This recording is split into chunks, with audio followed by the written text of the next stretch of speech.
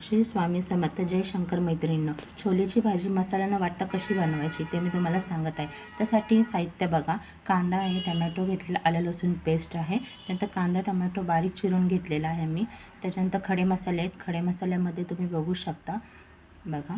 खडे मसाल्यामध्ये आपण तेजपत्ता, लवंग आहे, दालचिनी आहे, लाल मिरची आहे, मटण मसाला, हिंग आणि चवीनुसार मीठ घेतलेलं आहे. हे छान पद्धतीमध्ये तुम्ही आणि फर्स्ट इंग्रेडियंट्स आहे ते म्हणजे चहा पावडरचं पाणी. चहा पावडरचे पाणी म्हणजे एक ग्लास मस्त पाणी घ्यायचं, त्याच्यामध्ये 2 चमचे चहा पावडर टाकायची, मस्त उकळून द्यायचं.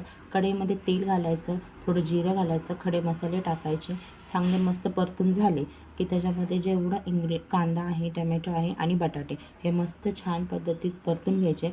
जेवढे मसाले आहेत ते सुद्धा टाकून द्यायचे. तेल सुटलं की सेकंड इंग्रेडियंट्स आहे ते म्हणजे डेसिकेटेड कोकोनट. डेसिकेटेड कोकोनटने भाजीला घट्टपणा येतो आणि भाजी वाटण वाटल्यासारखीच वाटते. त्याच्यानंतर शिजलेले छोले आपण मस्त या मसाल्यामध्ये परतून झाले की त्याच्यानंतर आपण याच्यामध्ये टाकणार आहोत सेकंड इंग्रेडियंट्स ते म्हणजे चहा पावडरचं पाणी.